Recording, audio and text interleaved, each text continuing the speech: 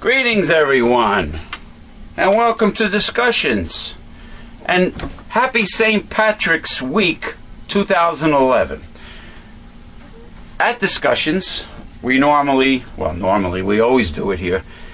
This is the Newsletter Censored Research Center in Northeastern New Jersey, and I am your host for Discussions, James Piranha Madonna, and I am here with my co-host and mentor, the Reverend Dr. William J. Eisenman. It happens to be Saturday, March 12th, 2011, and you people out there are probably wondering why I'm saying Happy St. Patrick's Day, since St. Patrick's Day is March 17th, which happens to be this Thursday. Well, the answer to that is simple.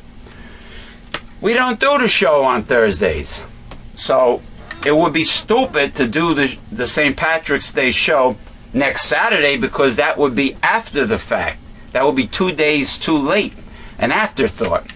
So the only logical explanation, the only logical alternative is to do it today, Saturday, March 12th, 2011, and call it St. Patrick's Day week. All right. Anyway, I just want to start off by saying greetings to all you Irish Americans, and that's why I'm wearing the crazy emerald green sunglasses and the green shirt. Well, this is a good, nice Izod green shirt. But anyway, spring is around the corner. That is right. Next Sunday, March the 20th, is the first day of spring. And I just want to tell all you Irish Americans, for the very finest and biggest selection of imported Irish products, go to www.xaviergifts.com. That is Xavier Gifts, spelled X-A-V-I-E-R, Gifts. X-A-V-I-E-R. XavierGifts.com for the very finest selection of Irish imports. And this, of course, is an authentic weapons-grade blackthorn shillelagh imported from Ireland, which was sent to me by XavierGifts.com to do the promotion.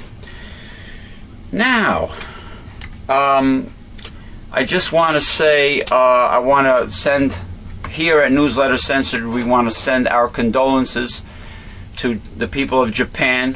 First they get the earthquake, and then they get hit with a tsunami, and now their nuclear power plant had a crack in it, and the aftershocks caused some kind of an explosion.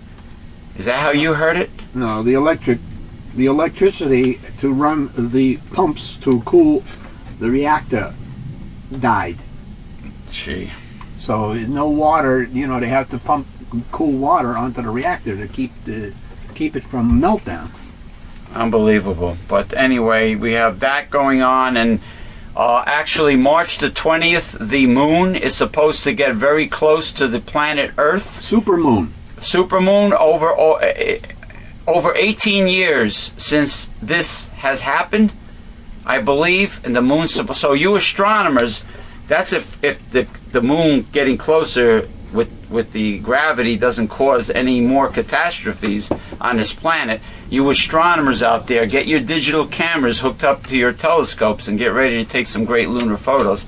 But I mean, that plus the new 2012 Nostradamus documentary I watched several days ago. I mean, whether it be the Hebrew calendar ending after 7,000 years, whether it be the Hopi Indians, whether it be the I Ching of China, whether it be the Mayan calendar, everything seems to point towards something very big and significant happening on 2012. Supposedly the sun is going to become in the center of the universe, and the planets are supposed to be aligned, which we hope does not cause our poles to shift and wipe us all out. I don't know what's going to happen, but according to the Reverend Dr. William J. Eisenman, it won't be the end as far as the tribulation, so to speak, because there is supposed to be a certain series of historic events before that takes place, and those events have not taken place yet. So therefore 2012 cannot be the biblical end, but something big is going to go down. So excuse me while I put on my reading glasses. I don't have prescription crazy emerald green sunglasses, so oh man, what are you gonna do? The body changes after the years. Now, Barack Obama had a speech, of course, starting out by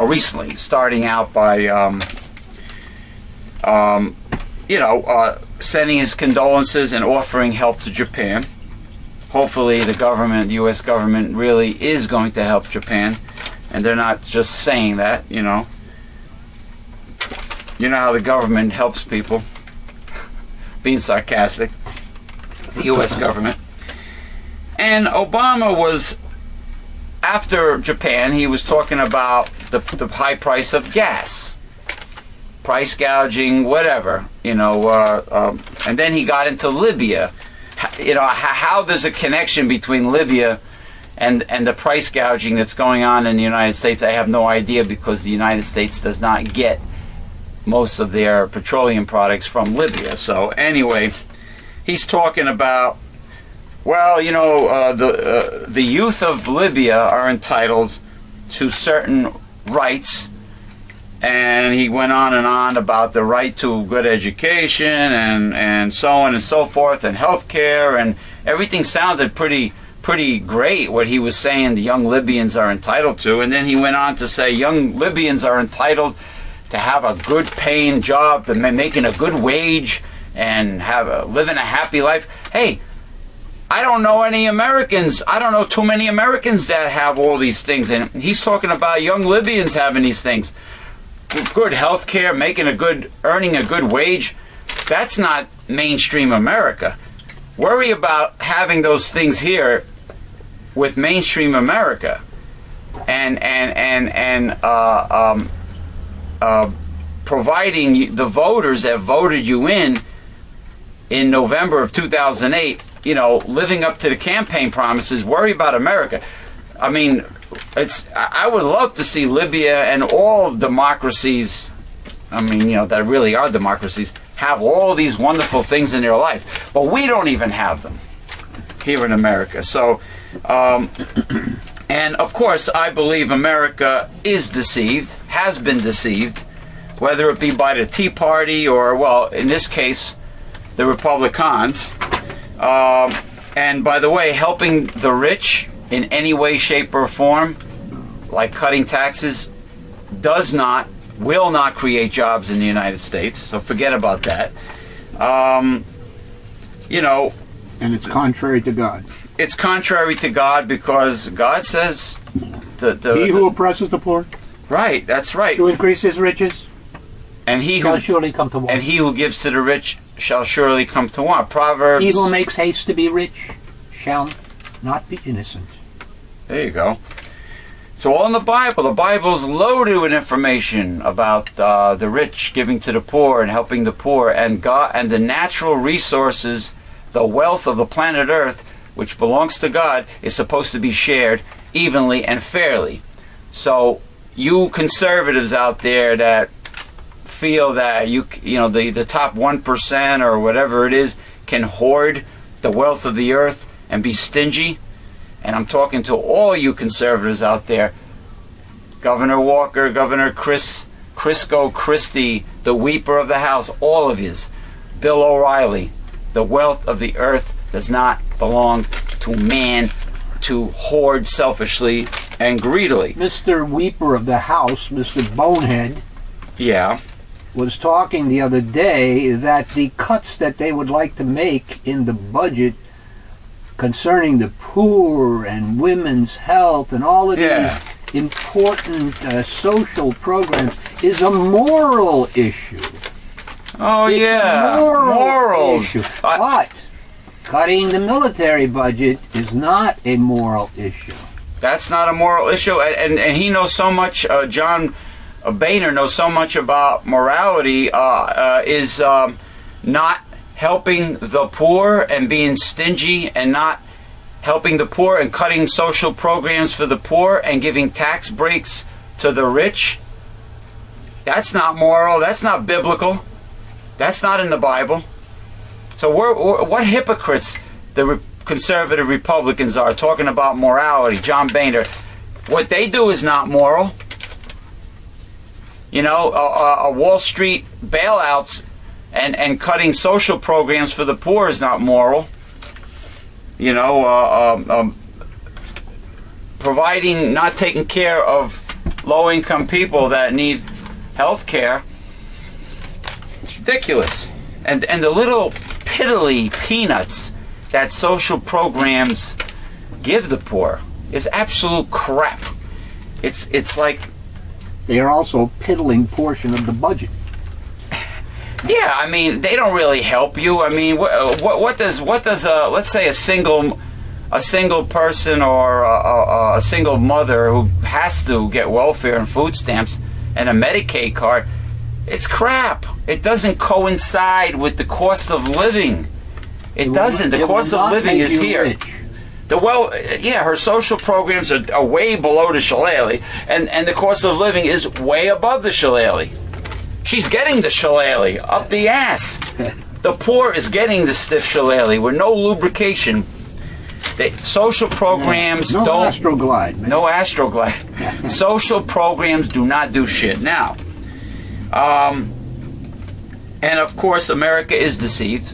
The Tea Parties, the Republicans have lied to you, idiots out there.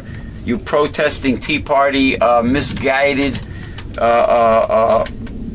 conservative, middle-class people. Now, I want to talk about ass kissers. And this is leading up to what I mentioned before. The ass kisser. What is the ass kisser? We have ass kissers on the job, of course, that try to suck the dick of their employer to get promotions or money. Okay? Then you have political ass kissers, politicians that tell you what you want to hear for votes. Like, for instance, when Bill O'Reilly interviewed Barack Obama, President Obama, and made him feel guilty for being called or looked at as a liberal. He made the word liberal demonize Bill O'Reilly, and then Barack Obama started getting nervous and fidgety and apologizing and in a way and saying, "Oh, I'm not a liberal. So what if you're a liberal? That's why they voted for you and not for John McCain." You know, the little guy, the liberal, will help the little guy and the poor. Okay, not corporate America, not Republicans, not conservatives. They will never help the little guy. So the progressive liberal has the little guy's best interest. Not the conservatives, not the elitists, not the corporate CEOs that do not produce jobs, never will, in the United States. It's only in mainland China, India, Indonesia. So, the ass kisser, political ass kissers, pandering for votes. Then you have social ass kissers, people that want to be liked, like the Dummycrats. The Dummycrat Party. That's one of their biggest drawbacks. Their faults is they always desperately want to be liked and accepted by the Republicans. They want to jump in bed with the Republicans. Please like me. Please like me. We need bipartisanship. We need to compromise. Forget about living up to your campaign promises with the voters. Oh, no. Okay, so you have social ass kissers, people that need to be liked. I know personally I have friends that are like that. They need to be liked, so they have to worry about how their hair looks. In the winter, I have two friends, little Jimmy Pesto, right? Jimmy LaGuarrie and Brian Slate, otherwise known as Tony Testosterone. In the winter, they won't wear a hat. They won't wear a winter coat. They have to have the designer clothes. They got to have the leather jacket with the gold chains. Jersey Shore stuff. They have to have their hair perfect, all gelled and everything. In freezing cold, because they're worried about what the chickie poos might think of them. They have to drive a certain car. They won't ride in a little subcompact because they're afraid of what the chickie poos, the women, might think. It's like then they have to go in debt. Live beyond their means because they're worried about what people think. Well, this is the social ass kissers. Then you have dating for guys that will tell a girl anything she wants to hear. If the girl says she thinks that the Statue of Liberty should be painted magenta pink, they'll say, yeah, that's a great idea. Yeah. They say the light turns green. It's green. The guys, it could be red. They'll agree. No. Whatever you say. Yes, dear. No, dear. Anything you say, dear. They're trying to get in the girl's pants. So you have dating. You have romantic ass kissers, guys that kiss ass. They're afraid to give their honest opinion about anything. For sex, they want to get into the girl's pantaloons. Okay, and all this ass kissing talk. They're probably insecure, weak-minded people, followers. What's the term Gary Null uses? Adaptive supporters. Adaptive supporters. Psychological term. They're pussies. Now, why am I talking about ass kisses? Well, this is, of course, is leading up to the new middle-class protesters who are middle class and of course are strangled by high taxation and high property taxes, but instead of realizing that it is the elitists, the corporate CEOs, the elitists and the conservatives that have shifted the tax burden during Ronald Reagan's administration to the middle class and the poor, instead of looking at the truth as to why they have to protest angrily and vent, they blame it on liberals. It's the fault of the liberals because they believe the conservative propaganda from the Tea Party, started by who? Dickhead Army? He had one. Koch brothers are behind some. They all have some sort of Republican conservative attachment. Right. And they do not have the little... They are not this gathering of spontaneous people who are have a problem with their government. They're organized. They're organized. Yeah. And of course, the lemmings, the idiot middle-class people who have turned Republican, they probably will never see a super high income tax bracket in their life, especially since they're bitching and moaning, about, going under with the property taxes, which is true. But instead of looking at the truth, looking at the true people that are to blame, they believe the false propaganda from the Republicans, from the conservatives. They suck it up and believe it. They don't look at the facts. They don't do their research and realize that the progressive liberals have your best interests at heart and not the conservatives. What do? They believe the conservative propaganda. They go out and they curse out, of course, the progressive liberals who are not to blame. And part of the problem, and this is my theory that I thought of today, and you stop me if I'm wrong, Reverend Bill, the liberals, they don't aggressively challenge the conservatives on the air, like, like for instance, the conservative Republicans, when they have something to say, they jump in front of the blowhorn, the mic, and they scream to high heavens and bitch and moan, and they aggressively get their agenda across on the media. But you don't see any liberals jumping on the media and counter-attacking the Republicans, the conservatives. They don't aggressively get out there and explain to the middle-class people, the protesters, what the real, true story is. You don't hear from any of these liberals. That's because the conservatives have the stations, more mics. They have it all sewed up. They've been doing that for a good 30 years.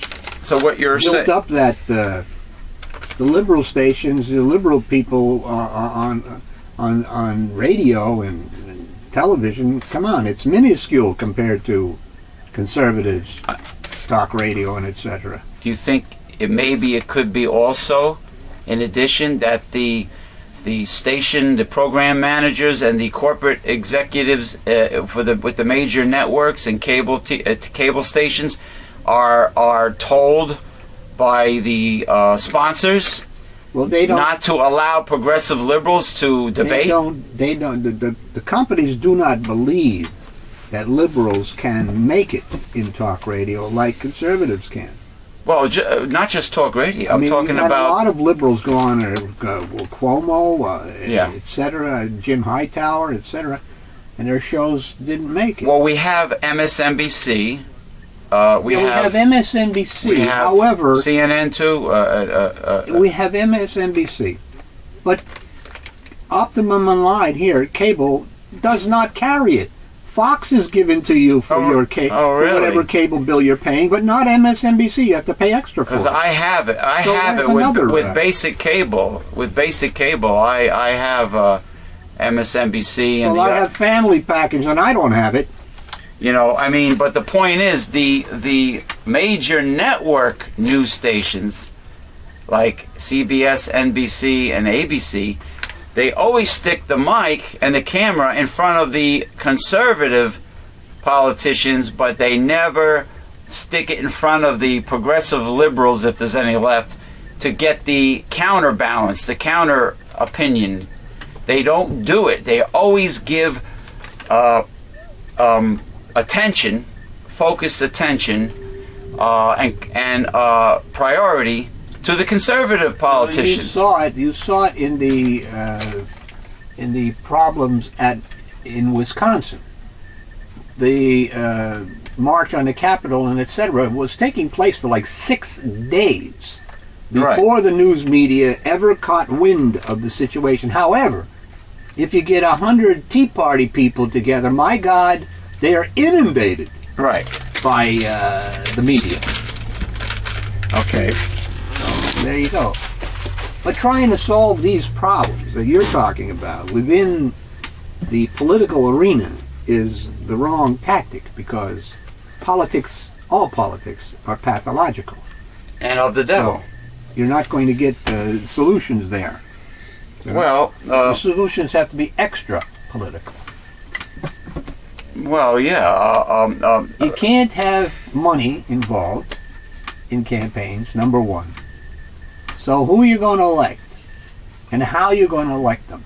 And since the independents are never invited to debates, Yeah, but independents are also political, see? True, they could be corrupted too.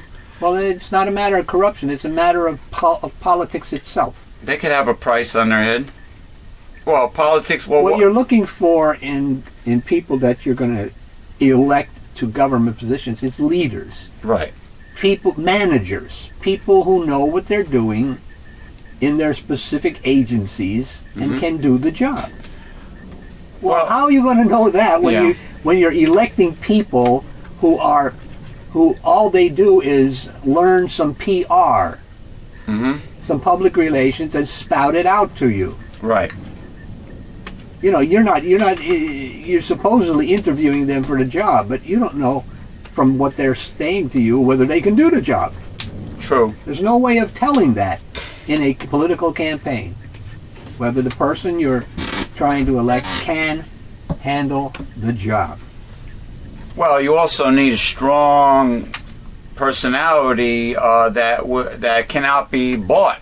You know, like when Jesse Ventura was governor of Minnesota. He's an example of a real tough guy with strong personality who will tell elitists to go fuck themselves if he wanted to. You know, tell the corporate CEOs I cannot be bought. But again, if you're looking for people who are honest and etc., you cannot find them within our political situation. Especially the two-party system. Yeah. Especially that. It just won't happen. And then you have the sponsors that pay the media, and the media, you know, let you know certain things, and certain things are not put on the news. And of course, if you want the real truth, you'll listen to the BBC or you know, outside the country.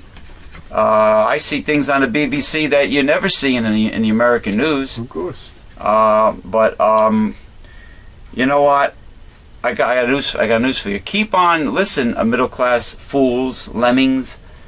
Keep on voting in conservative Republicans, and you will be sure that you will accelerate the end times into the Great Tribulation a lot faster than normal. Believe me, because a conservative is anti-environment. Of course, they're pro-profit. The bottom line. Over everything. They're profit before people. Anti-planet, anti-people, anti-little guy, anti-poor, anti-compassion, anti-environment. They don't care about the rainforest. They don't care about the ocean. They don't care about the air. They don't care about if you get ripped off or not. You know, deregulating companies. They don't care about the drinking water. Hey, if a corporation says, hey, how about we throw several million at you, fill your pockets up there, Mr. Senator, but you got to let us dump our toxins into the aquifers because, you know, we don't want to spend, we're too cheap. We don't want to spend the money to properly dispose of our poison. Oh, yeah, sure, go ahead, dump away. Look, PCBs in the Hudson River, that was done by General Electric, an American company, you know, and you know, so you can be sure if you keep on voting in the Republicans like you did recently when they took over the House of Representatives, you can be sure that you will accelerate the end times into the Great Tribulation. So, oh, I just want to say something. The Food Channel, Iron Chef America, you people got to be kidding me. You know, is that what being an aristocrat, an upper class person is all about? To go to a restaurant and get ripped off by astronomical prices to have a tiny little portion of food on a large plate with some squiggly design with the sauce? It's all ambiance. I mean, it's like, who cares about the design, the artistic? You know, oh, but the flavor, the quality, ooh, the flavor, oh, the complexity of the, you know, they hear that bullshit from the judges, oh, the complexity of everything, and this was a little too salty, this was a little too fatty, but oh, I get the fuck out of here. Look, give me a good, high-end, high-class buffet with good food that's not going to make me sick at a reasonable price, and northern New Jersey has plenty of them. Okay, there's a few good ones. There's a lot of shitty ones, but there's a few real good ones. Give me a good buffet. You know what? I mean, not that you have to be like Homer Simpson, where you have to eat everything but the kitchen sink, everything that's not tied down. But give me a break. A little bit of food, high prices for a little bit of food, and that's supposed to be dinner. And these judges are like, you know, they're like, these chefs act like they're accomplishing something great by serving a fucking little portion. You know, if you're an athletic guy, you know, like me, you want to eat, you have an appetite. especially after sex for some reason.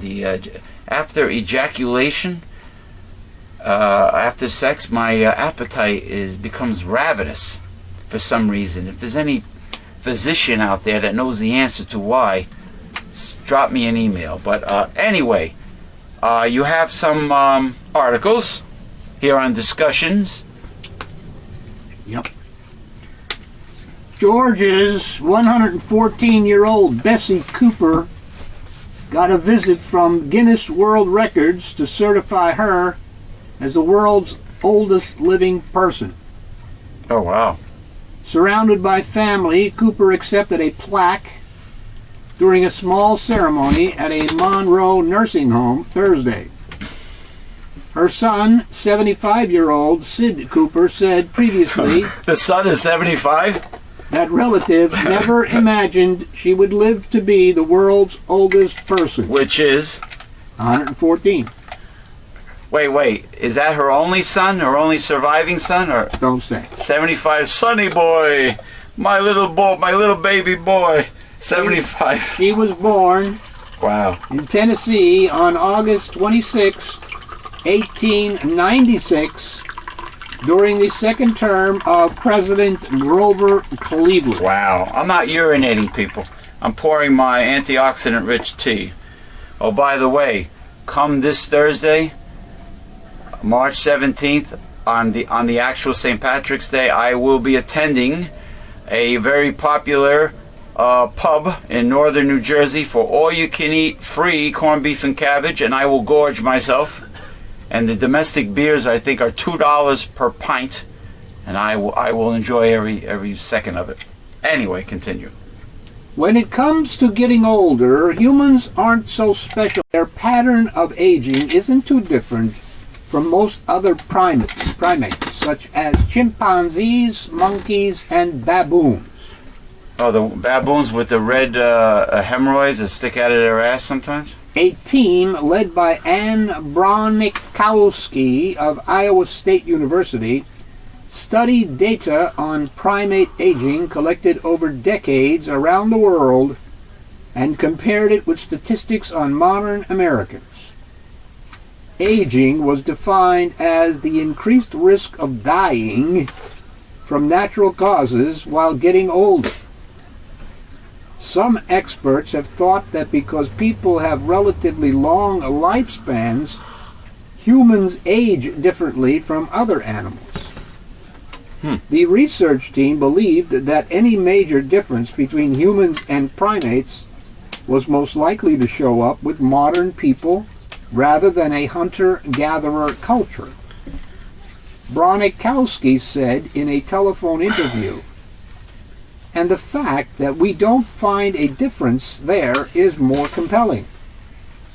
The basic pattern they found is a relatively high risk of dying in infancy, a low risk of death during the juvenile years, then an increased risk of dying as aging progressed. Also, they found that in most cases males don't live as long as females. Human patterns are not strikingly different, even though wild primates experience sources of mortality from which humans may be protected. The lone exception to the general pattern was the Miraquai monkey in Brazil. Males and females have similar lifespans. Unlike other primates, Miraquai males do not compete with each other for access to females. Instead, they cooperate with each other. Wow, humans don't even do that. Explained co-author Karen Stryer, Very interesting. an anthropologist at the University of Wisconsin, who has studied Miraquais since 1982. The researchers said the reason males of other species die earlier than females may be a result of the stress of competition. Joseph W. Chemnitz of Wisconsin National Primate Research Center, Wow. called the study an important step because it provides the first assessment of patterns of aging in large populations of non-human primates living in their natural environments. Interesting.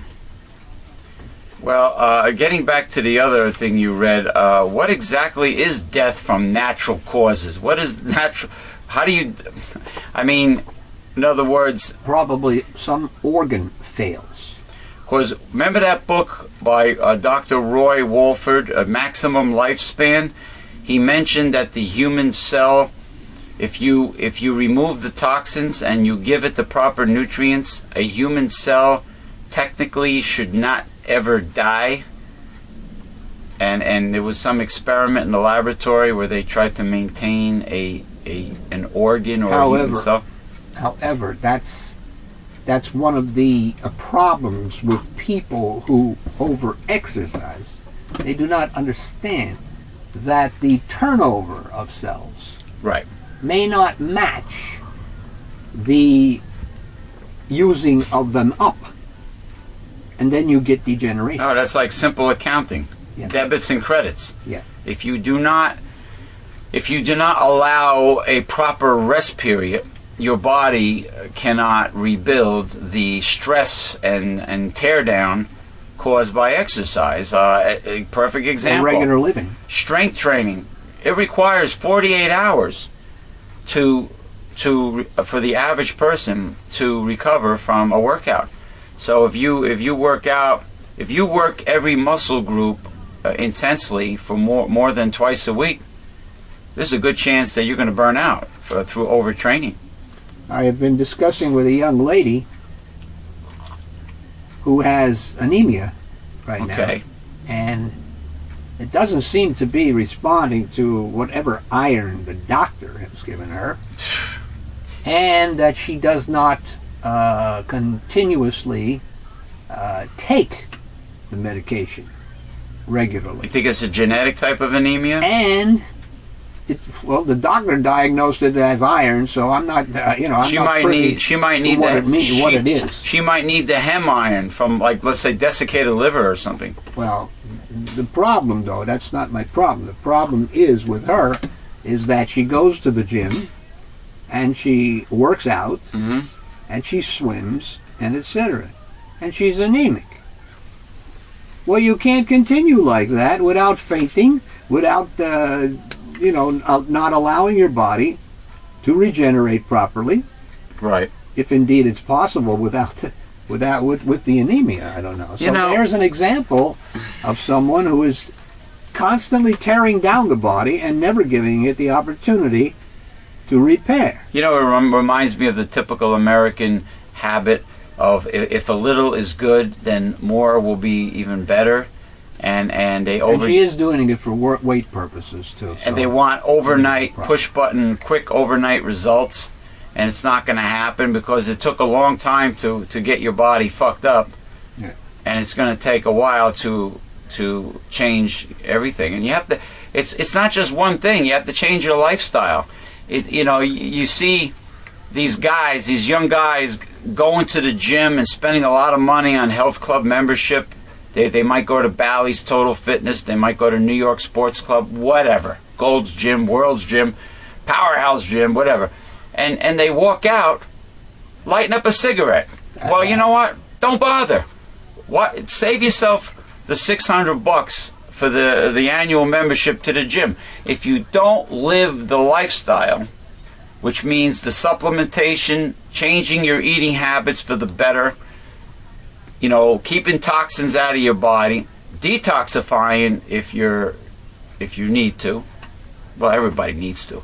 And working out safely. And if you can't do it the right way, comprehensively, and embrace the holistic lifestyle, don't spend the money on the health club membership.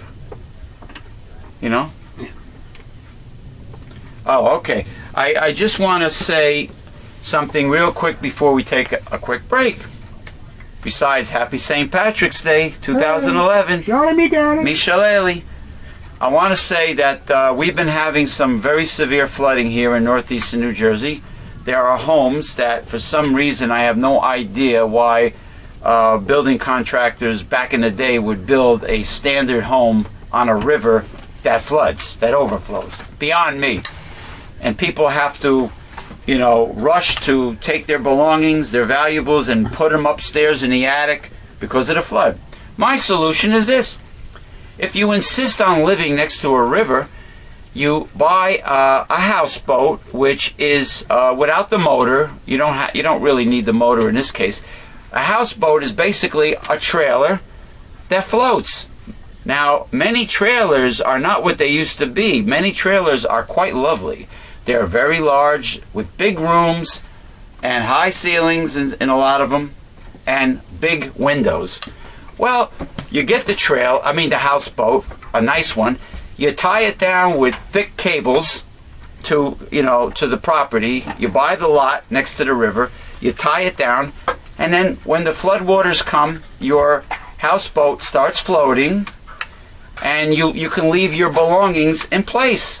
You don't have to worry about my things are going to get destroyed. And you just have a little dinghy, a little boat to get to your car, which is parked, of course, in another area. That's all you have to do. But in another county. In another county. So, this is a simple solution to people that must live near a river that floods. Get the houseboat, and I don't know. They can't sell their houses, by the way. No. Because nobody in their right mind would buy it. The government is buying them up. Yeah. To get the people out. Right. Well, anyway, let's take a little break. Okay, we are back. Back from break. Short intermission, like my late grandmother used to say. Intermission. Let me put my tea in the right place. Now, happy St. Patrick's Day 2011. This is St. Patrick's Week. Now, Reverend Bill, and like I said before, I will gorge myself on all-you-can-eat free corned beef and cabbage, but the boiled potatoes, I might eat maybe one, maybe two small ones, because if I eat too many potatoes, then I won't be able to stuff myself on the corned beef brisket. And I'm sure the owner of the establishment would love that if I get filled up fast. Mm-hmm. But, like when I used to go for all-you-can-eat baby back ribs, that ain't going to happen, man, because old James has a strategy for all-you-can-eat. Yep, absolutely. Like with the baby back ribs, I would say no French fries. And if they try to give me chicken, I go, hold the chicken, no French fried potatoes, just give me coleslaw and smoked baby back ribs, and keep it coming. As soon as I finish with one rack, bring me another one. Keep it coming, keep it coming. Of course, they hated that, but who gives a shit? I don't care. Now, Reverend Bill, I am really, I just can't understand for the life of me why middle-class Tea Party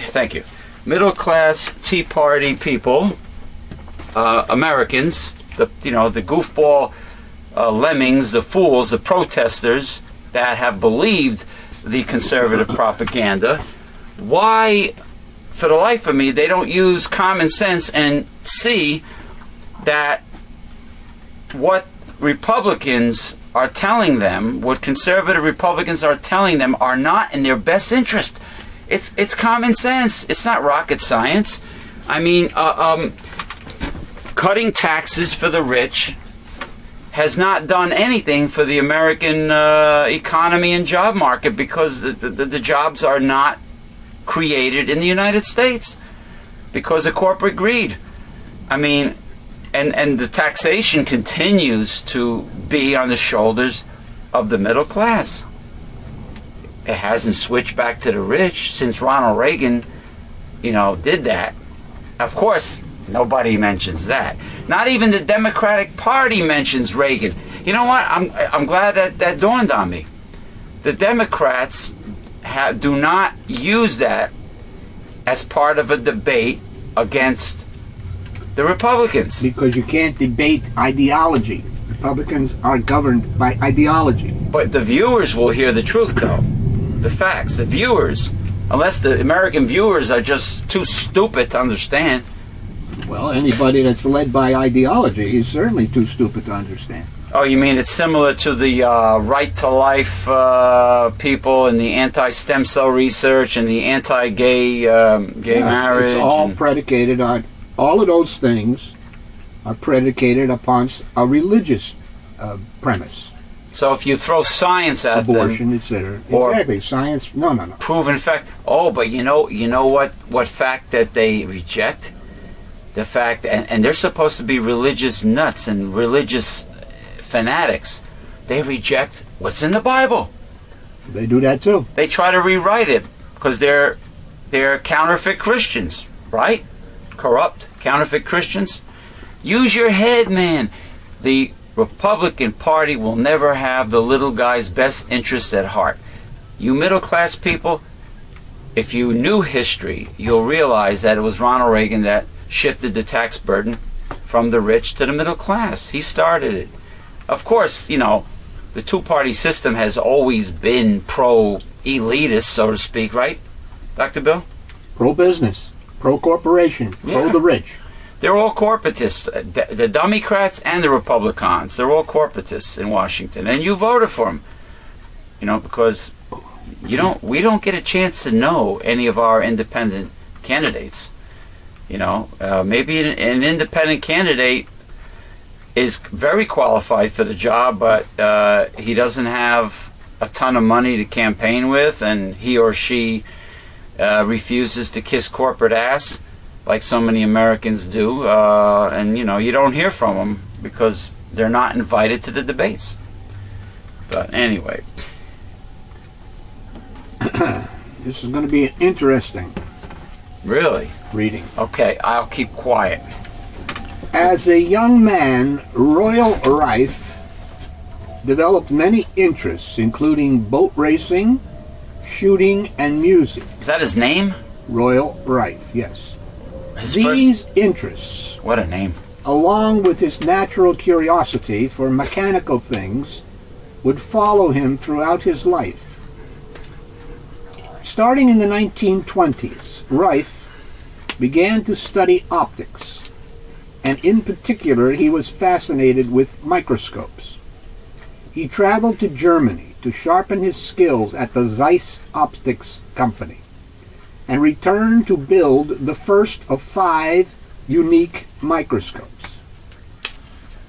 Rife started his cancer research in the early 1920s using the number 1 microscope. This scope provided a view of organisms that had never been seen by the human eye.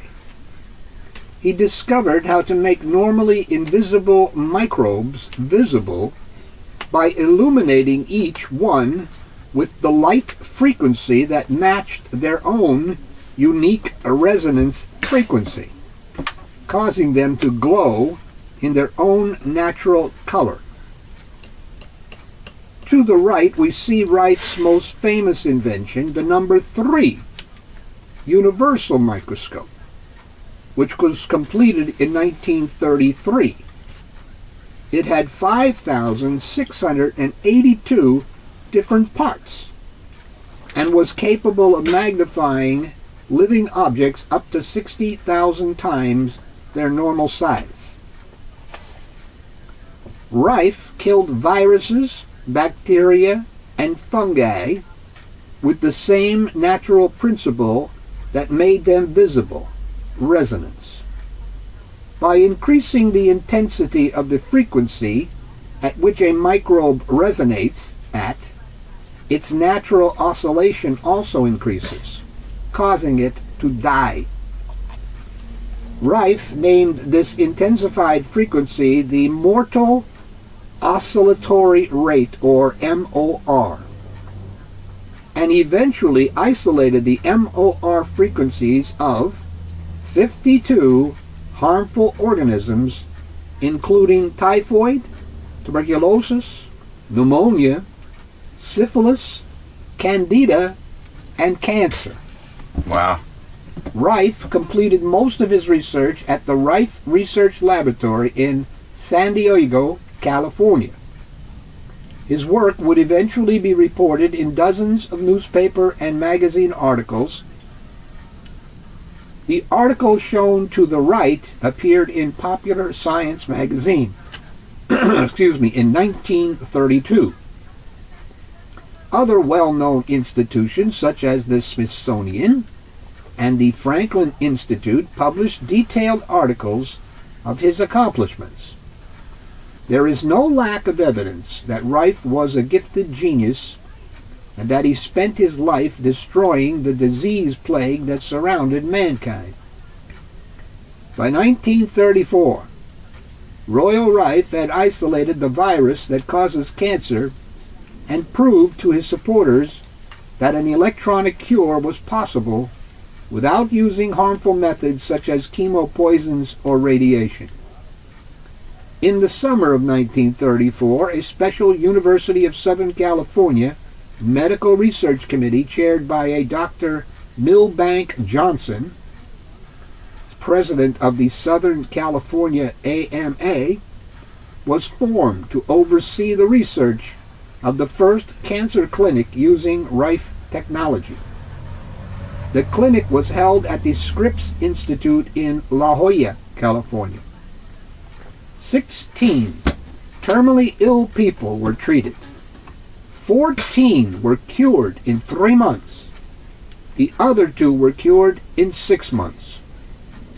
In November 1935, Dr. Johnson opens a second clinic to test frequency cures with the same incredible results as the first clinic. And again, from September to May of 1937, Dr. Johnson's third clinic results in the same identical cancer cures. The proof was undeniable that Royal Rife had found a non-toxic way to kill cancer. The photo pictured below is the original Rife frequency instrument used in the 1934 cancer clinic. Continuing. November 20th, 1931, Dr. Milbank Johnson, MD, Director of the Pacific Mutual Life Insurance Company, President of the Southern California Auto Club, gave a dinner to honor the accomplishments and achievements of Royal Rife at his home in Pasadena. The banquet was billed as the end to all diseases.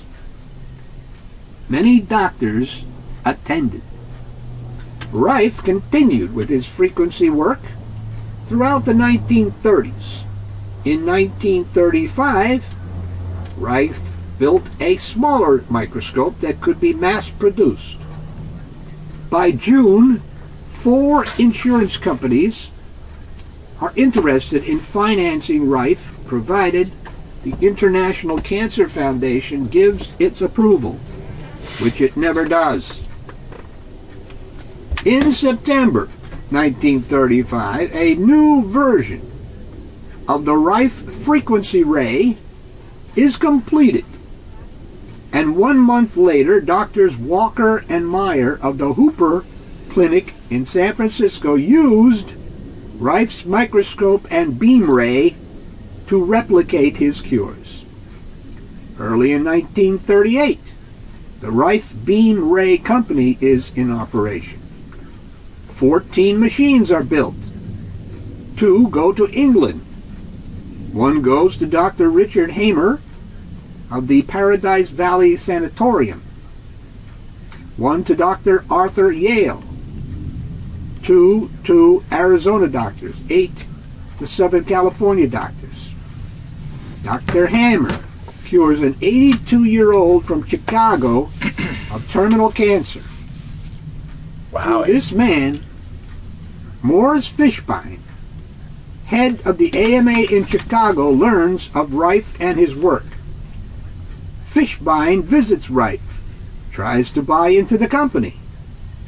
Rife and his associates turn him down when they discover Fishbein has a plan to put Rife out of business.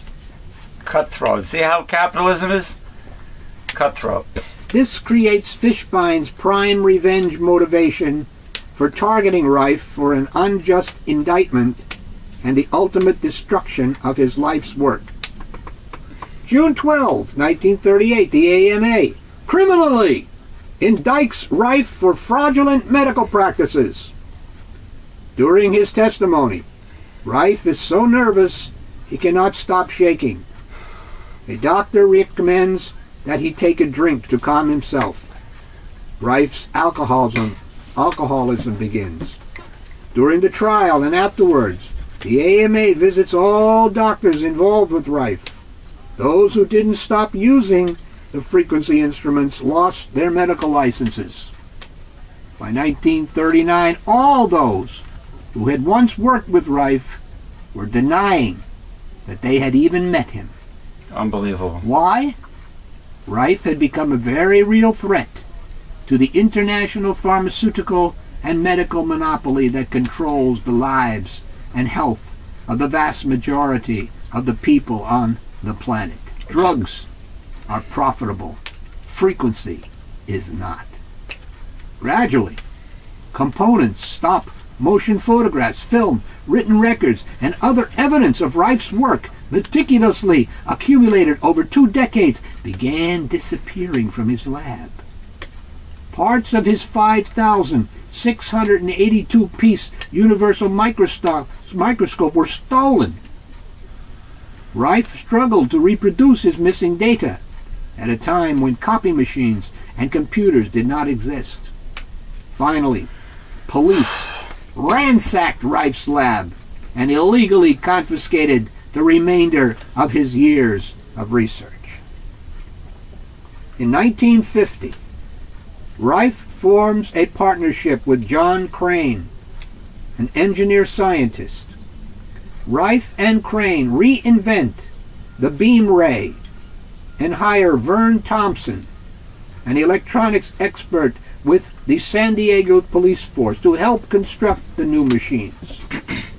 By 1960, Crane had written and copyrighted a manual which explained how the frequency instrument was to be used in the experimental treatment of various diseases on different parts of the body. 90 new style instruments, such as the one pictured below, had been distributed for research and verification on notarized contracts. Then the AMA struck again. In 1960, John Crane's laboratories were raided without a search warrant. Over $40,000 in machines, frequency instruments, and one large Rife ray tube instrument, along with engineering data, research records and reports, pictures off the wall, private letters, invoices, tape recorders, and electronic parts were taken. Years of work were either confiscated or smashed. As in 1939, doctors who were experimenting with the machines were forced to abandon them. Royal Raymond Rife died in 1971 at the age of 83. His legacy was given to his friend and partner, John Crane, who continued to fight for acceptance of Rife's discoveries until his death in 1995. Rife's life and work has only recently become public knowledge when in 1987 Barry Lynes published the book The Cancer Cure That Worked, 50 Years of Suppression.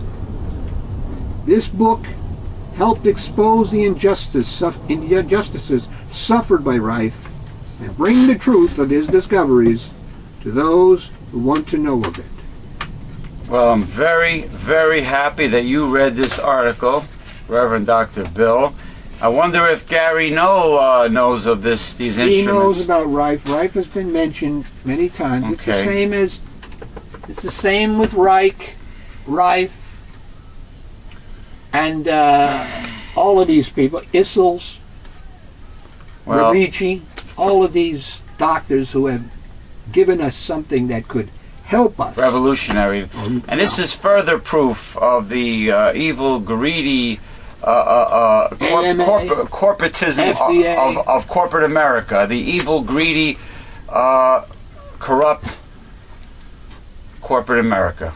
And the police that go along with it and illegally raid and confiscate instruments, devices, information that works, that actually works, that cures cancer safely without negative side effects. It works, but the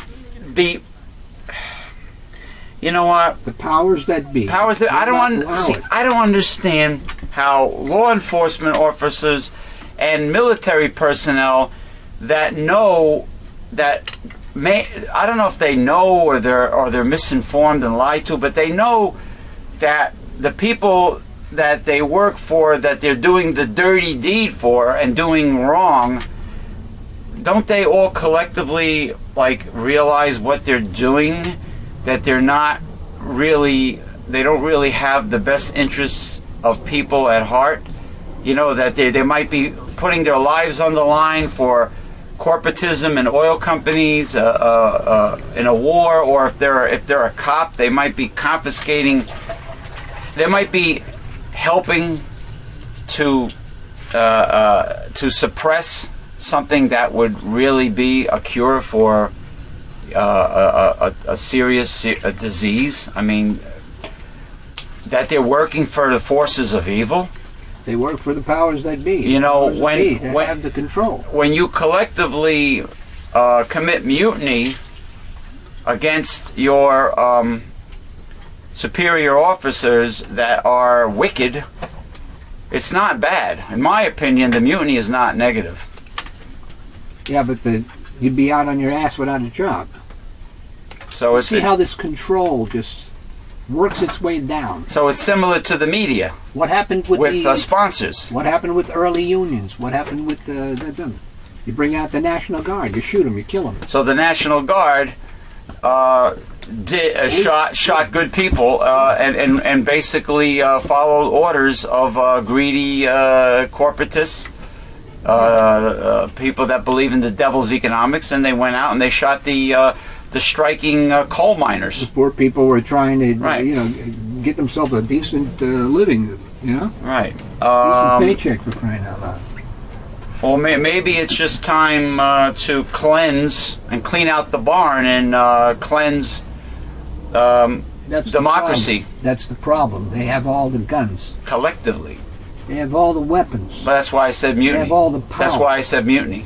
That's why I said. What Muammar Gaddafi's doing to his mutinous people right now. But he's got the tanks. He's got the arms. But the United States, I think, is supplying the rebels. They're not getting enough there. They're not getting enough. You got planes. You got Muammar Gaddafi. Wait a minute. Down bombing. Wait a minute. I just thought of something. You said he's got planes. I thought Obama mentioned a no-fly zone, not allowing Gaddafi's warplanes to attack the rebels. He can't do it. What happened? He can't do it. Why not? Because he can't. It's easy. You get an aircraft carrier into the Mediterranean, and you send U.S. fighter planes out there, and you shoot them down. The United States is involved in 2 wars. So he lied about the no-fly zone over Libya. It was an idea. That's all. It's an idea. It's easy. You can't get involved in that thing. Didn't the United States there's the problem. attack a terrorist training camp in Libya way back when? No. Sure he did. Gaddafi's kid got No, that was something else. killed. That was something else. Come on. You aid the people that want freedom, that are freedom fighters. Yeah, but the United States has never done that. Why are you saying you're making it out like we're angels now? We have never done it. We've aided throughout our history. We've only aided the dictator. So, in other words, the United States only aids countries militarily where Where there a is dictator can get in power, and he will allow American businesses to operate. there's a financial. In other words, if there's a financial interest to make a profit, There's always that. that's when the United States gets involved and sends military aid. That's when correct. there's moolah to be made. Yes. Never for morality's sake alone. See, Never. you people, you lemmings out there, you middle class Tea Party corporate ass kissers that like to do the Yankee Doodle Dandy patriotism flag waving stuff. Don't be too sure about whose side God is really on. America's under a curse, remember, and this conservative form of capitalism is the devil's economics. It's obvious. The proof is overwhelming, and maybe the only thing that'll clean out the barn is the second coming of Christ, and there's probably going to be plenty of room in that lake of fire for you evil, greedy corporatists. However, that does not help us now. That does not help us now. Yeah. Well, the people need to wake up, wise up, smarten up, and look Well, they can't do that because they're deluded. Well, they're deluded. They can't think for themselves. They don't research. They believe the conservative propaganda that's fed to them. And of course, the media is controlled by, I guess, the sponsors. Pay the salaries of the media, Corporations. and you'd be surprised how many people that voted Republican in the last election for the Republican Congress. A lot of them strangled by high property taxes, many of them middle class. They're blaming the teachers. They fooled the Renaissance man Ken Create's father. They got him blaming progressive liberals for his high property taxes. They're believing it. It's their lies. It's conservative propaganda.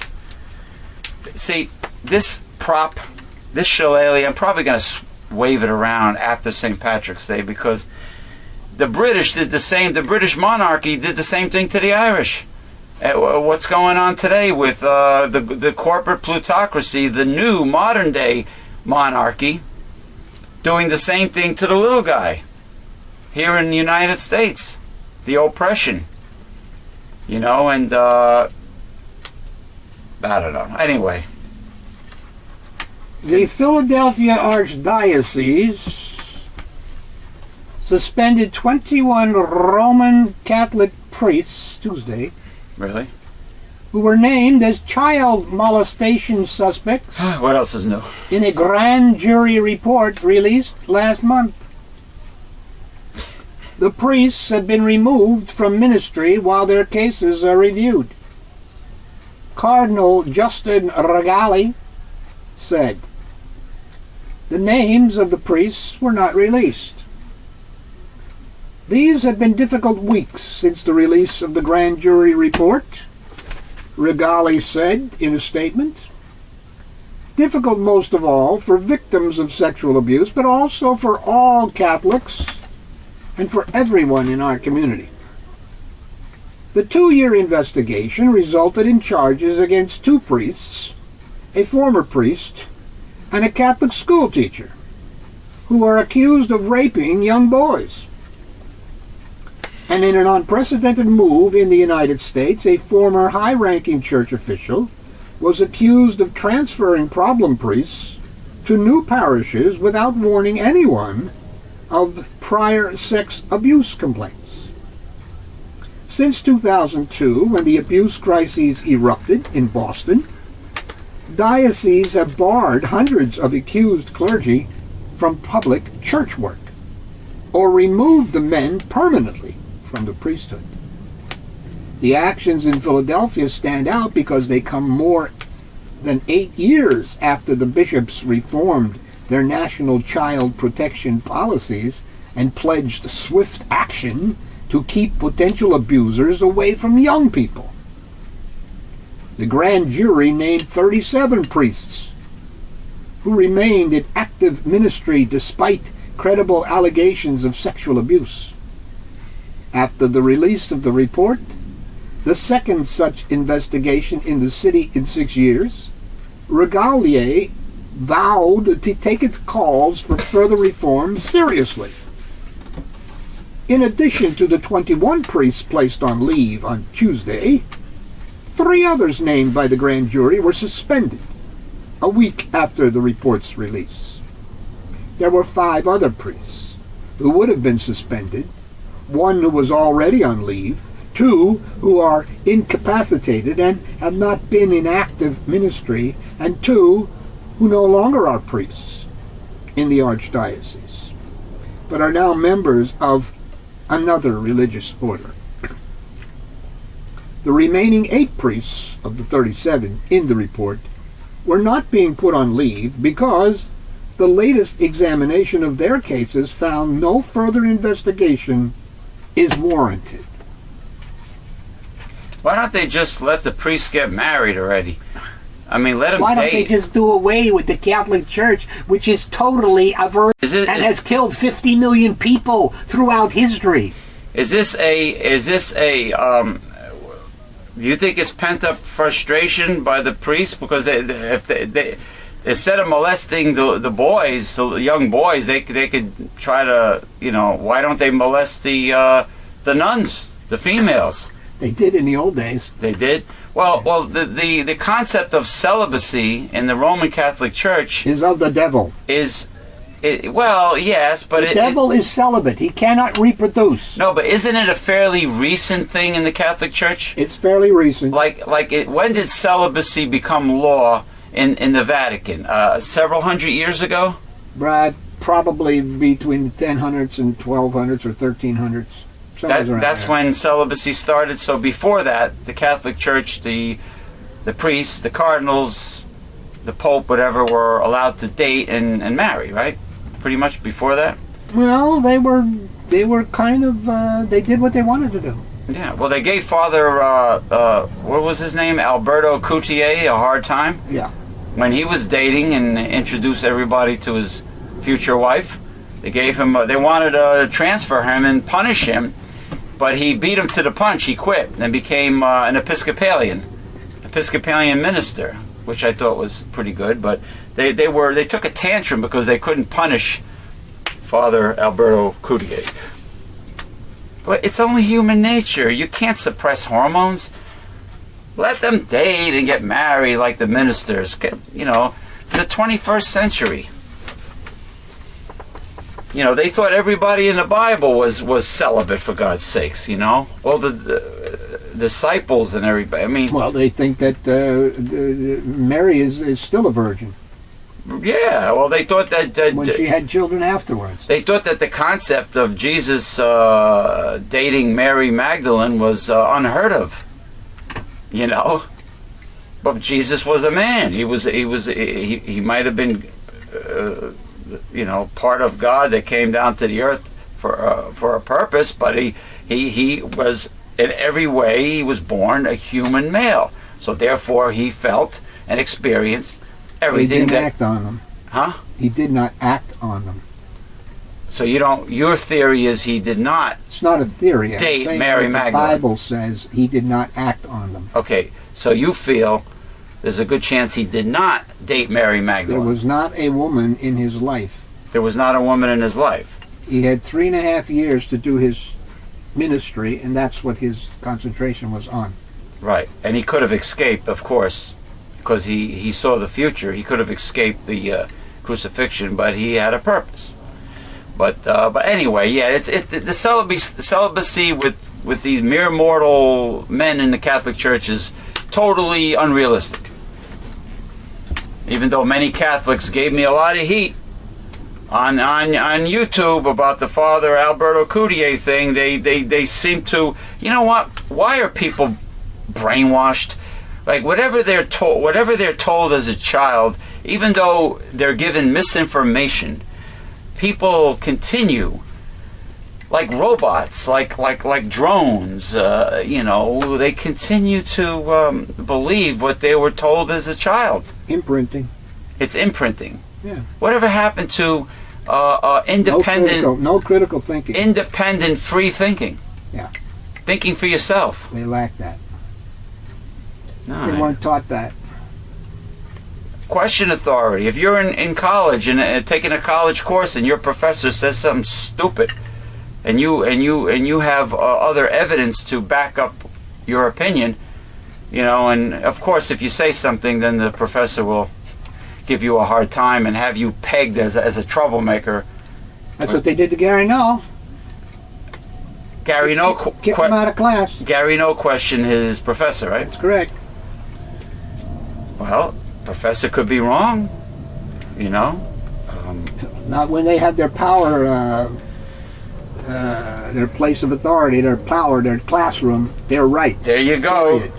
Place of authority, the person in charge, the person with the moolah, with the money, with the authority, Makes the rules. has the right to give you a bad grade or kick you out of class or fail you, even though you're paying a very high price for the tuition. You think you would have rights as a student in America? No. Anyway, so just like the Catholic Church gave Galileo and Copernicus a hard time, right? Similar?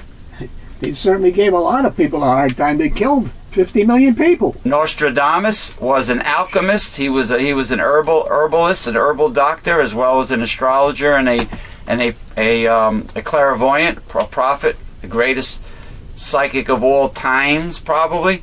He helped a lot of people with his special herbs that he grew in his own garden. He had to keep everything hidden. He had to write in riddles and in quatrains, in fear of the Inquisition, right? Same thing. Yep. He was right and the Vatican was wrong, but he couldn't say anything because the wrong people were in power.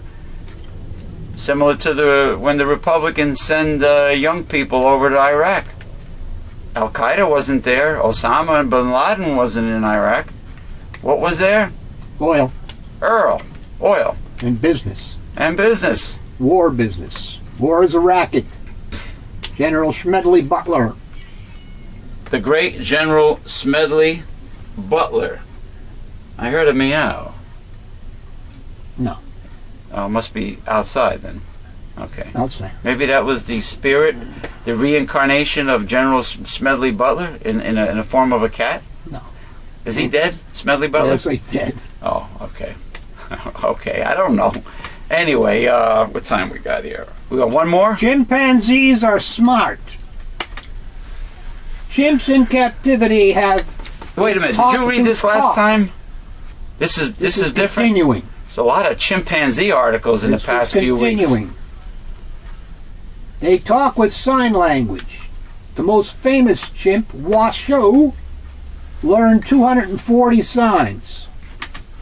Jane Goodall said that Washoe could guess at a word even if she didn't know the exact name for something. Can't trust chimps. They're temperamental. For example, once when she was shown a brush, she called it a comb. She wasn't just memorizing names.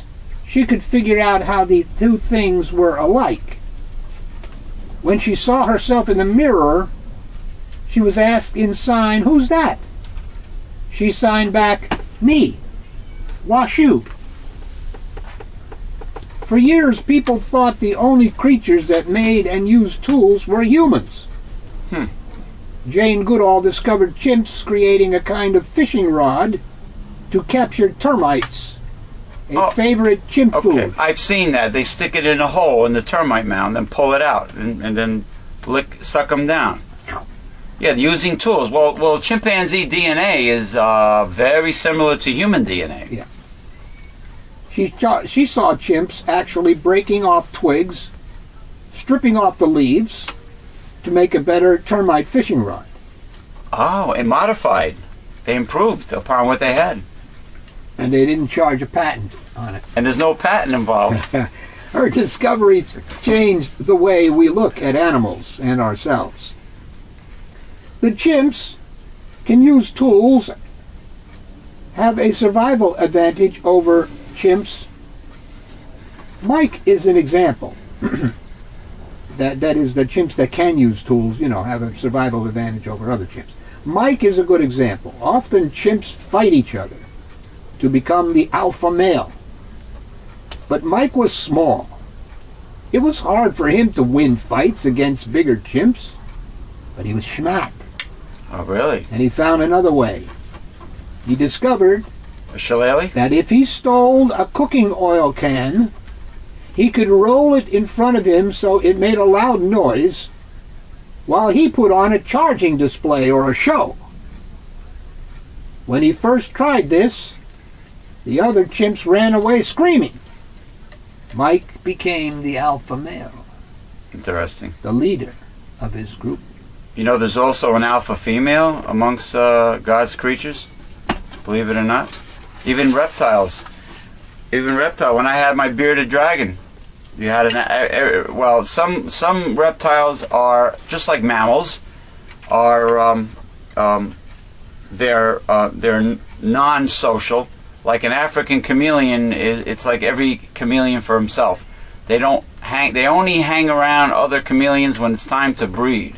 But they fight to the death sometimes if two males see each other. They don't congregate in groups. But other reptiles congregate in groups, and bearded dragons, which are the most popular, or one of the most popular reptile pets today, congregate in groups. And they're, believe it or not, even amongst lizards, there's an alpha female and an alpha male. We were talking last night in the chat room with a young female who had a Burmese python. That cat keeps on meowing. Okay, Burmese python, very dangerous. And I reiterated the story about your friend. About my friend, right. And she said her Burmese python she raised from a child. So did he. And it was 12 feet long. So was it. And it never bothered her at all. Yet. That's the magic word. Y-E-T. Yet. You people, I'm sure, are familiar with the Animal Planet. There's a show called Fatal Attractions. Just watch it. It's a great series.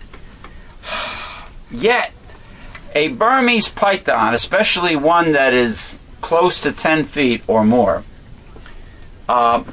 is very powerful, and it's a snake, so there is no, you might think it's bonding with you, but all it knows is that you are the source.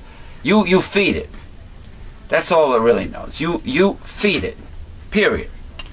And they have teeth.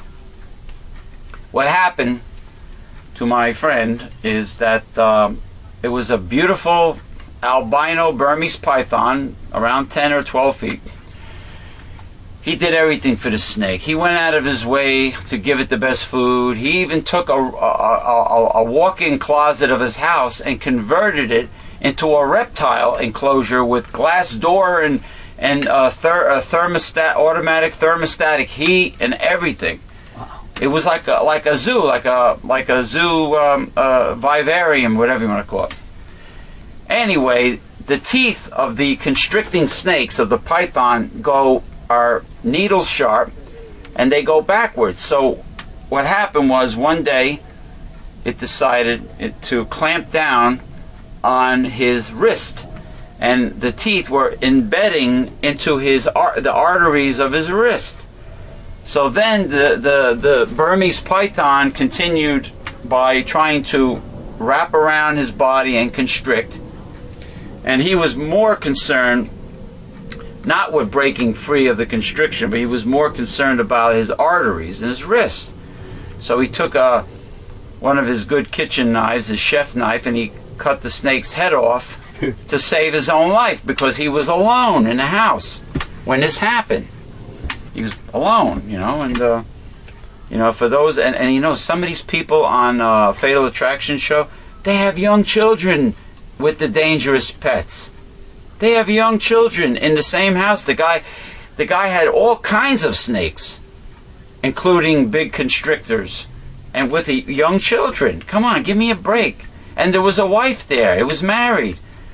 You would think a mother would be very protective of her children. Say, hey, you're not bringing that snake in this house. We have young children. What idiots.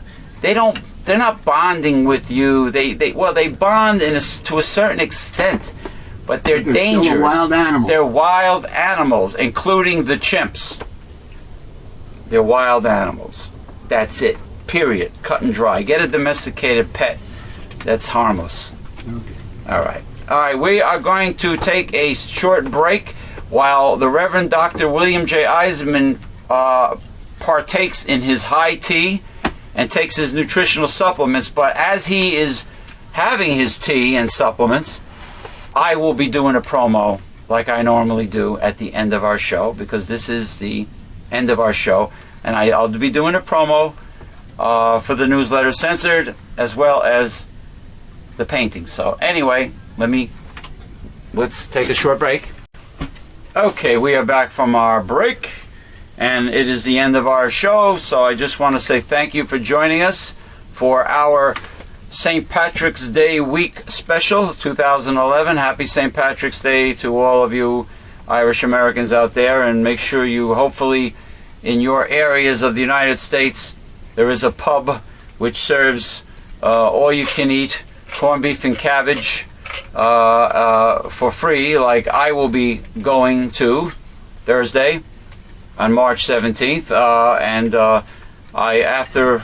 After all this conservative bashing, I am in the mood for a nice glass of Jameson's Irish whiskey, followed by a pint of Guinness Stout as a chaser, because my blood pressure really goes up when I hear about how the conservatives, along with the evil, greedy corporate CEOs, which are in bed together, are controlling and corrupting every aspect of our lives. And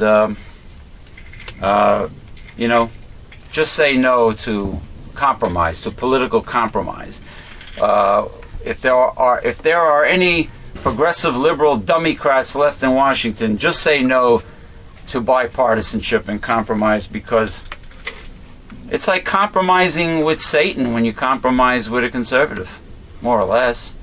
I mean, they're all for the rich with nothing for the poor. They don't care about the middle class.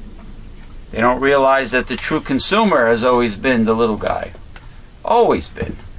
And Main Street has always been the backbone of the United States economy and job market. Not corporate America, not corporatism, not Wall Street. It has always been Main Street. And the Reverend Dr. William J. Eisenman has always told me that. Isn't that right, sir? Yeah. That's right. He's still here. He's just taking... Something like 70 to 75% of all jobs created are done by small business. Not the big corporations who get subsidies and tax cuts and outsource. You've heard it from the one and only, the Reverend Dr. William J. Eisenman.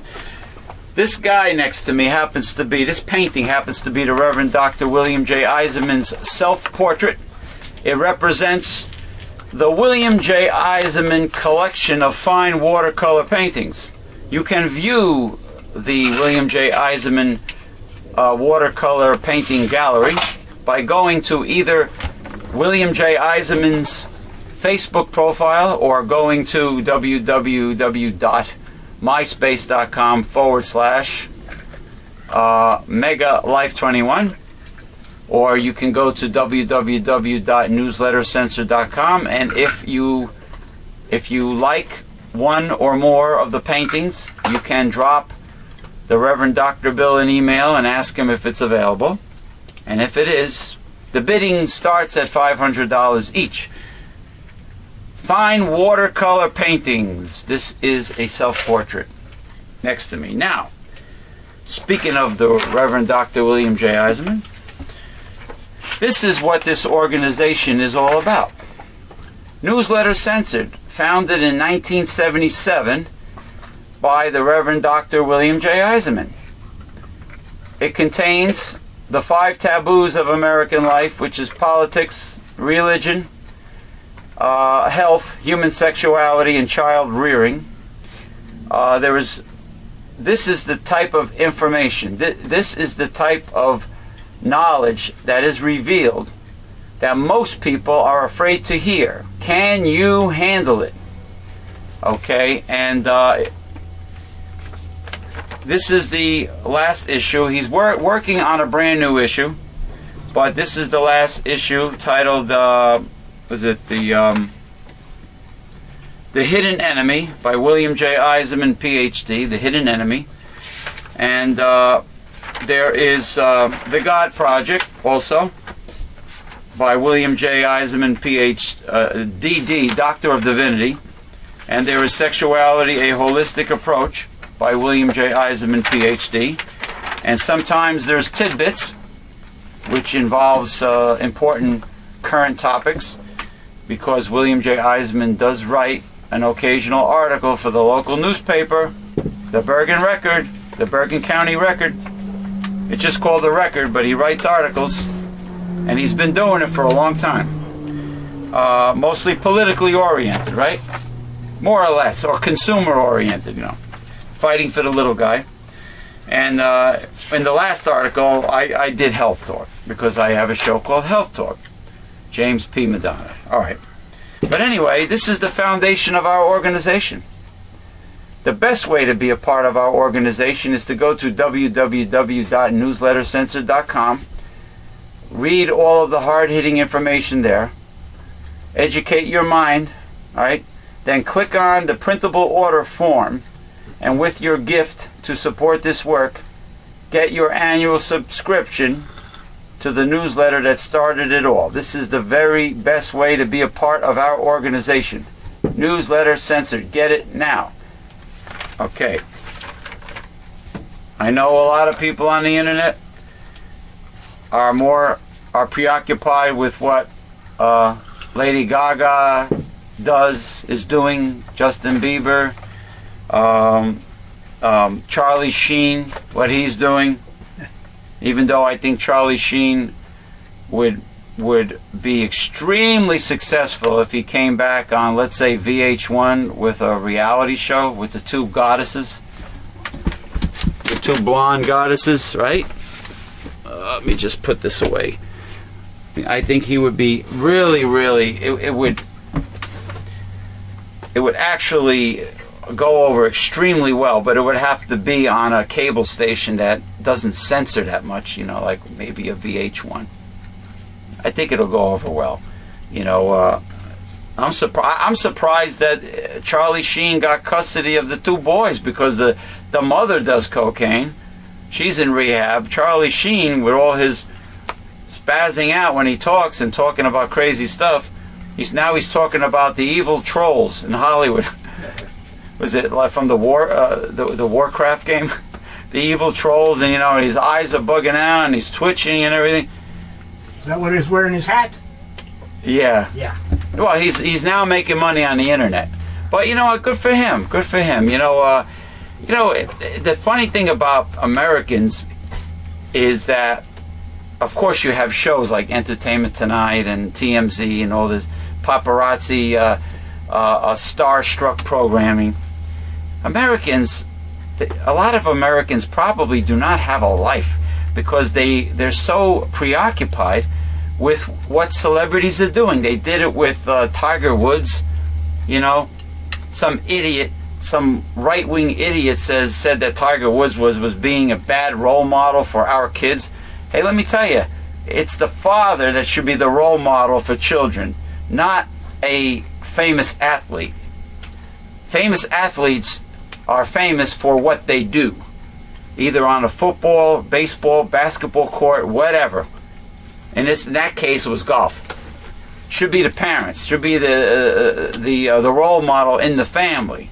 Okay, not Tiger Woods. It's not his responsibility. Stupid ass conservative fundamentalist said that. Down in Georgia, down in the Bible Belt, making comments. But anyway, they must have no life, because it's all about what a celebrity is doing. Who cares? Who cares where they're having dinner? Who cares who they're dating, who they're breaking up with, who they're having sex with, who's getting divorced, who's getting married, who's doing this, who's doing that. It's unbelievable. Get a life. Learn about the fact that your country is deteriorating around you more and more. as days go by. It's incredible. Important things they don't preoccupy with themselves with. Entertainers and celebrities they care about. That's why you have the videos with the most hits are the stupidest videos and the most insignificant videos. Yeah, what's your take on these people that are so involved with frivolous celebrity things instead of what's really important? What, you have a theory on No these? theory, they're living vicariously, I guess. Their lives are so desperate, bad, Boring, maybe? boring, that they live vicariously through these people. I guess so. Cinderella complex, you know? What's it called? Cinderella. The Cinderella complex? Yeah. Oh, is that why those stage mothers are forcing very young little girls to become successful, famous entertainers and Yeah, they're force it? living vicariously through them, yeah. Or maybe the mother disciplines the child that, if she says, Ma, I don't want to learn violin. I don't want to take piano lessons. And the mother goes, you must master the piano. You will take it. And then the child eventually hates the instrument. Because Rebels. it rebels, but the mother is imposing her will into her child, and her child is an individual. Might be an independent free thinker, and doesn't want to do it. Instead of asking a person, well, what do you like? Where is your passion? What do you want to do? Oh, you want to do that? Okay, I'll support you 100%. As long as it doesn't hurt people and it's not crazy and risky. Sounds good to me. That's where your passion is? I'm behind you. And just think of how far that kid will go with support in the family of what the child really wants to do. You know what I'm saying? Like, what if the kid draws really well and paints really well? You know what some parents might say? Oh, there's no money in that. Forget it. Oh, yeah. You're not going to art school. I'm not supporting you with your artwork. There's no money in that. You're going to be a starving artist. I want you to be a doctor or a lawyer. But the kid might say, I don't want to be a doctor or a lawyer. I want to paint. I want to draw. I like botany or horticulture or something like that, Or lying in the meadow and sniffing flowers like Pooh. Winnie the Pooh. Or sucking on a bong like Hannah Montana, Miley Cyrus. Wait, you know what? The shillelagh does look a little like a peace pipe. Poor Miley. Miley and Tommy Chong, right? Oh man, I can really dig when I'm smoking the full-bodied flavor. We'll get a little food Looks more channel. like a peace pipe. Yeah, the full-bodied flavor of this high quality Turkish tobacco. marijuana. Marijuana. What'd you call it? Turkish tobacco? Turkish tobacco. Turkish tobacco? Oh man. Turkish. Oh, speaking of hillbilly talk, are people allowed to have stills and make their own liquor, or is there still a law against that? Up to a point. Up to a point. Well, if you make You make your own beer and your own wine up to a point. and you drink it yourself, but if you sell it, then you have to get registered as a company, as a distillery. And there's a tax on it and everything. There you go. Taxes and permits and blah blah blah. All created by politicians, originally lawyers. There's your capitalism for you. All right. Come St. Patrick's Day, people. Do not drive drunk. Be safe. Enjoy the day, but get home safe. All right, not sorry. And make sure you have a designated driver, and do not lose your license and get DWI'd. Okay? The cops are going to be out there, just like they are out there during New Year's Eve. Ooh. They're out there, man. Every major holiday, Americans use every major holiday except maybe Easter except the religious holiday. Well, no. Yeah, Christmas Eve they get bombed. Every major holiday is an excuse to get drunk. Drink and puke generation. You know, the kids, the spring break kids, drink and puke. I know when I first threw up, I didn't want that to happen again. That's for sure. But anyway, be safe. And what can I say? I will be indulging in that free corned beef and cabbage with only 1 or 2 boiled potatoes, because I can't stand bland food. But I do like. Put some black pepper on I it. do love corned beef and cabbage. But I'm not Irish, but I love it. He's not Irish. He's got a shillelagh. No, I'm really not Irish. But I like Irish whiskey. I like good, high-quality Scotch like Johnny Walker. I like corned beef and cabbage, even though it was invented in the United States. I think leprechauns are cool. And a little shillelagh history, being that... I don't think you'll think him cool if you look at that movie Leprechaun. Oh, yeah, the horror movie, Leprechaun.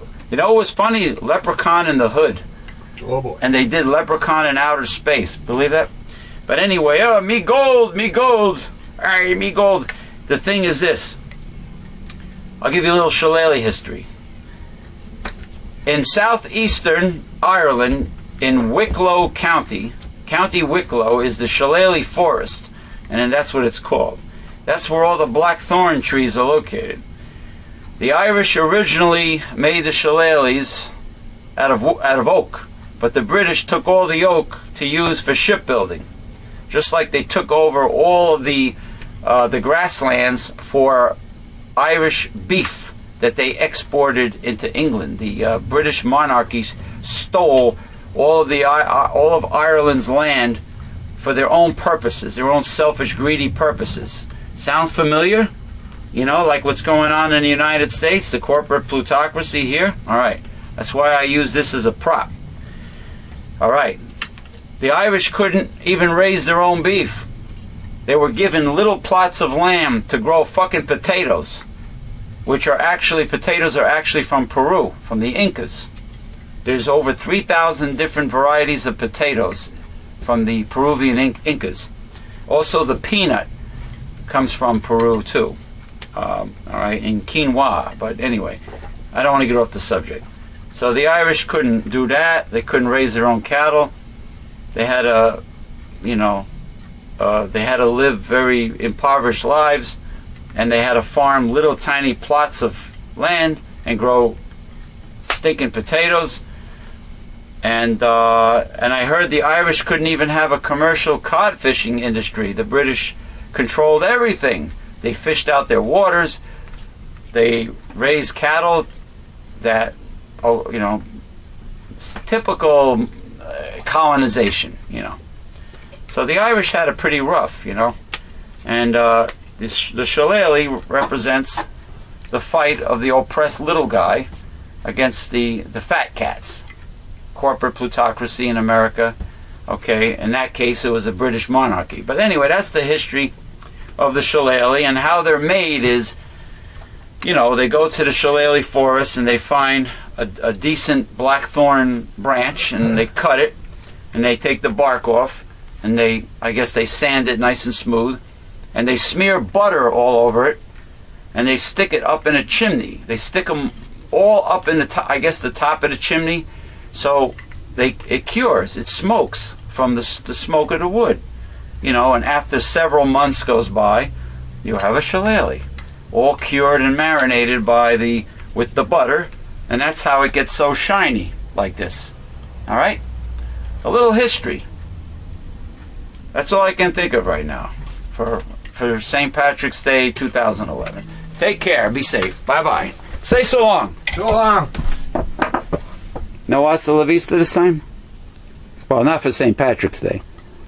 No hasta la vista. Okay, sounds good.